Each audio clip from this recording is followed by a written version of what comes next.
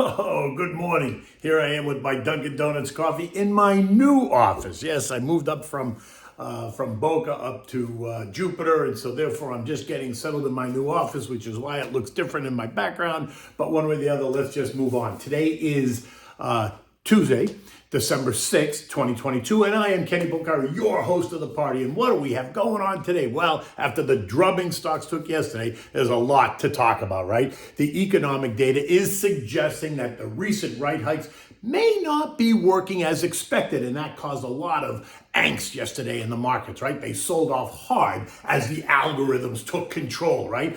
In the mess, though, is opportunity if you stick to the plan, right? We talk about sticking to the plan, and everything got hit. Nothing was safe. Stocks, bonds, oil, gold, everything was down yesterday other than the contra trades, which certainly had a nice day.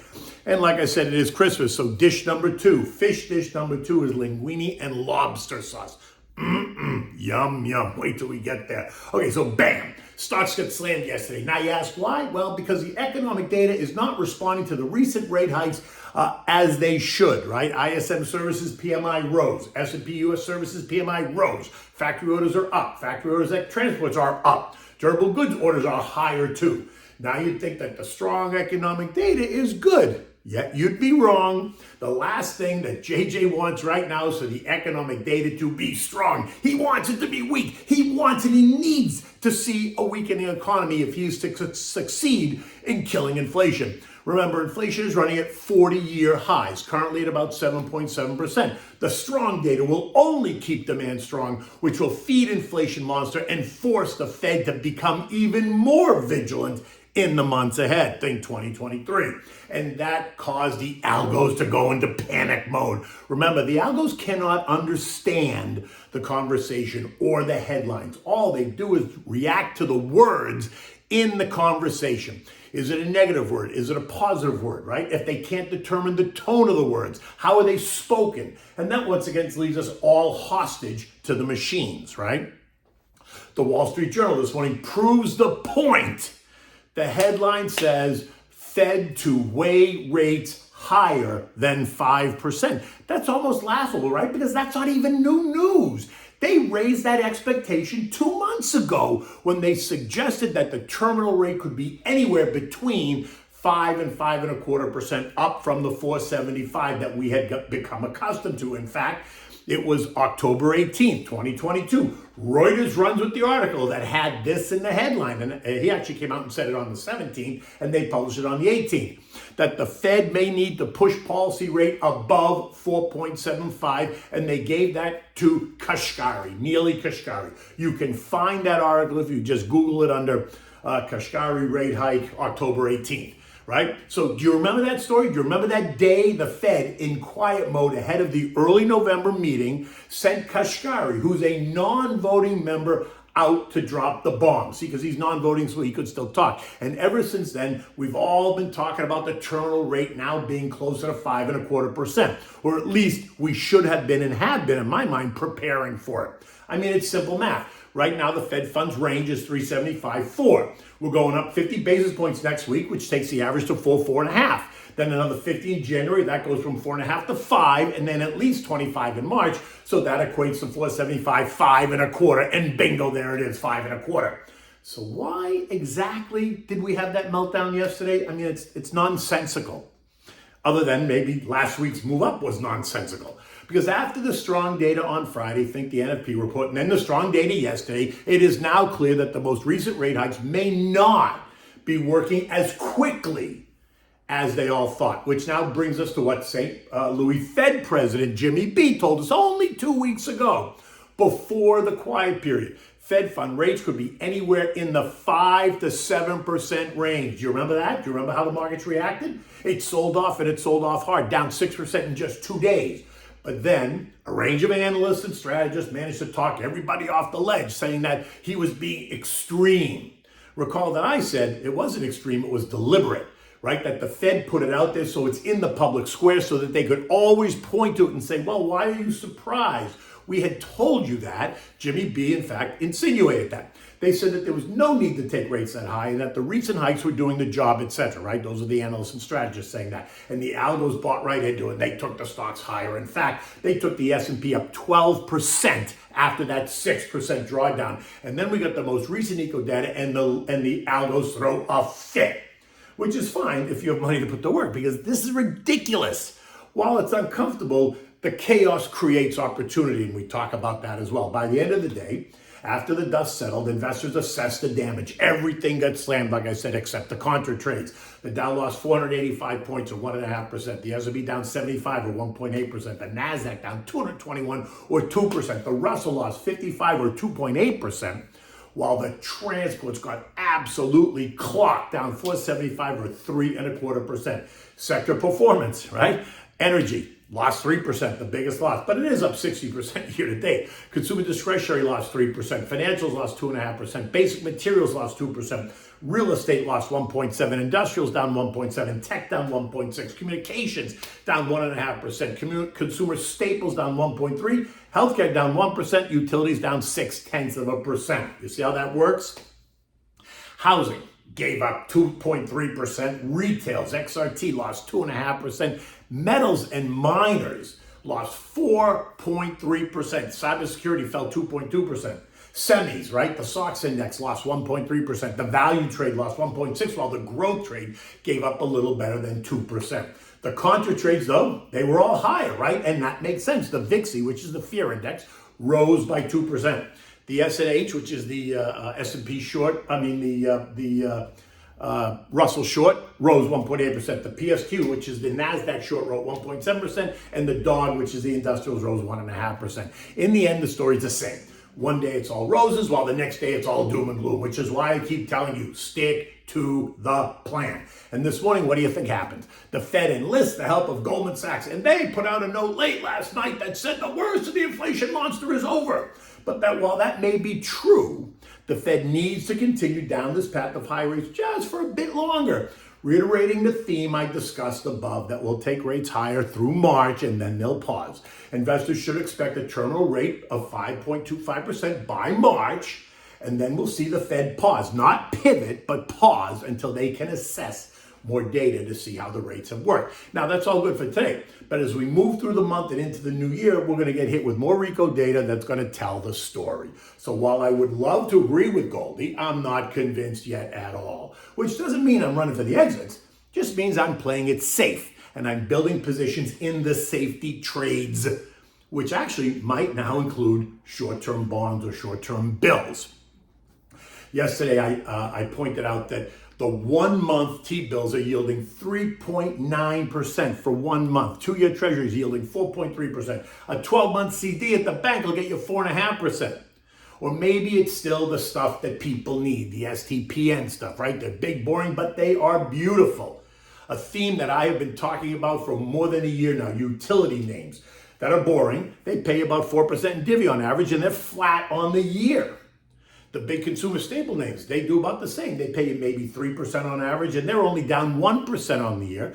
Big industrial names pay you between 2.5% and 3%, and they're down just 5% year to date, right? So you still get the exposure. You get some divvies for taking some risk on. You just have to play it smart. And if you think that's an overreaction, then that the market is going to recover in 2023, then you can look to scoop up some of the biggest losers on the year, right? Communications down 35% year to date. Consumer discretionary down 30%. Tech down 24%. Real estate down 26%, right? How about the semis? The SOX index down 30%. While NVIDIA is off 44%, right? Worse than the whole index. I think NVIDIA's just a screaming buy anyway, but that's me. Cybersecurities, right? The CIBR, which is the cybersecurity ETF, down 24%. But the key player in the crowd, CrowdStrike, is down 40% year to date. I mean, I could go on, but you get the picture, don't you? This morning, global markets remain under a little bit of pressure. Asian markets all lower by closed all lower by down 0.6%. Early trading in Europe had those markets down more than 0.5%. U.S. futures were up, but then they've gone flat to lower as traders, algos, and investors weigh the prospects of a slowdown against the aggressive Fed. At 6 o'clock this morning, and now it's late, beyond that, but Dow futures were off 33 points, S&P's down 3, NASDAQ down 2, the Russell is down 3, right? It's gotten a little bit worse than that as we've gotten closer to the opening. It's not a disaster at all, but not super excited either. In the end, it is what it is. The volatility is not over yet at all. Inflation is not under control, and the Fed is not finished. So get over it and understand that investing is not for the faint of heart at all. Talk to your advisor. Build a portfolio that's appropriate for you, taking into consideration all assets, age, time, health, needs, and risk tolerance, right? Treasuries remain inverted with the 2-year now yielding 4.3%, the 10 years yielding just over 3.5%, 3.56%. Gold, which came under pressure yesterday along with everything else, fell $28 to end the day at $17.81. This morning it's holding steady up about $4 at $17.85-ish, right? But it remains well entrenched in that 1740, 1824 range. Oil came under significant pressure yesterday when the broad shift away from risk assets happened, right? Due to the latest interpretation of the eco data, right? We saw oil plunge 3.8% to end the day at 76.93, a significant move. This morning oil is down 83 cents to about 76.10. Remember yesterday we had the European Union embargo on Russian crude along with the G7 price cap on Russian seaborne oil. In addition, we learned that China is relaxing the COVID-19 regs, and that should have helped the oil market, right? Think demand. But again, on a day when the economic headlines are negative, everything gets dragged lower, right? The key number to watch in oil is 73.60, which is the November low. A failure could see us push lower towards 70. But remember, the U.S. is standing there with an open buy order pasted on JoJo's head that says, I'm willing to buy oil at $72 a barrel to refill the SPR. The S&P closed last night at 39.98, down 73 points, right? 404 up, 4,045 did not prove to be any support at all. And now that we're below the intermediate term trend line, the one to watch is now 39. We're below the short term. The one to watch now is the intermediate trend line at 39.30. Something that I think is going to happen before we make that end of the year Santa Claus rally back to the 4,000, 4,100 range, right? There's no economic data today, but on Friday we're going to get the PPI report, and that's going to be the next key inflation data point to consider. Expectations call for the PPI final demand year over year to be up 7.2%, which is down from 8%. That's good. Ex-food and energy of 5.9%, down from 6.7%. That's good. Those would be significant moves lower, which would negate all the negativity that we saw yesterday, right? In fact, the rate hikes may be working. Because if the PPI falls that much, then they're going to spin the story to say, look, we told you so, and then expect stocks to start to rally. In any event, like I said, it is what it is. You should just stick to the plan. Okay, so it's Christmas. And I told you, an Italian Christmas Eve is 7 fishes. So today is recipe number 2. It's linguine and lobster sauce. Now, if you don't want the clam sauce that I gave you yesterday, then you can substitute it with the lobster sauce because I'm going to give you a lot more recipes anyway. So for this, you need 2 live lobsters, garlic, crushed tomatoes, onion, basil, and salt and pepper, right? It's not that complicated. You want to start with the basic marinara sauce, right? You saute the crushed garlic and olive oil on medium heat. Don't let it burn, just let it get nice and toasty. Now add 2 large sliced Spanish onions or Vidalia onions if you can get them, and saute that until they're soft, maybe 10 or 12 minutes. You know the rule. You want them to be translucent, start to break down a little bit because they get sweeter as you cook them. At this point, now you want to add 3 cans of those kitchen-ready crushed tomatoes, not puree. You want crushed tomatoes, and if you can't get them ready crushed, then just buy the plum tomatoes in juice and then run them through the blender or the food processor, leaving them a little bit chunky. Pour those in, put that all into the sauce, bring it to a boil, season it with salt and pepper, add some fresh basil, and then stir it up. Once it boils, turn the heat down to medium-low, and then prepare to add the lobsters. This is the best part. Now, the first rule, you always have to use a live lobster. If the lobster's not alive, you cannot use it, all right? You should get like 1.5 pounders. 2 1.5-pound lobsters. Rinse them under the cold water. Once you rinse him or her, remove the rubber bands off their claws, and then stick them in the sauce face first, right? Put them down, claws and face first. Now, here she may flap its tail for a while, but it's only for a second or 2.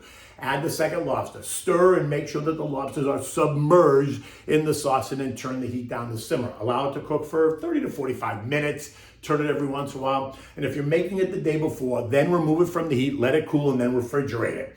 The next day, take it out of the fridge, let it come up to room temperature, and then slowly reheat on simmer. You can just smell the goodness and you feel the ocean waves kind of hitting you in the face.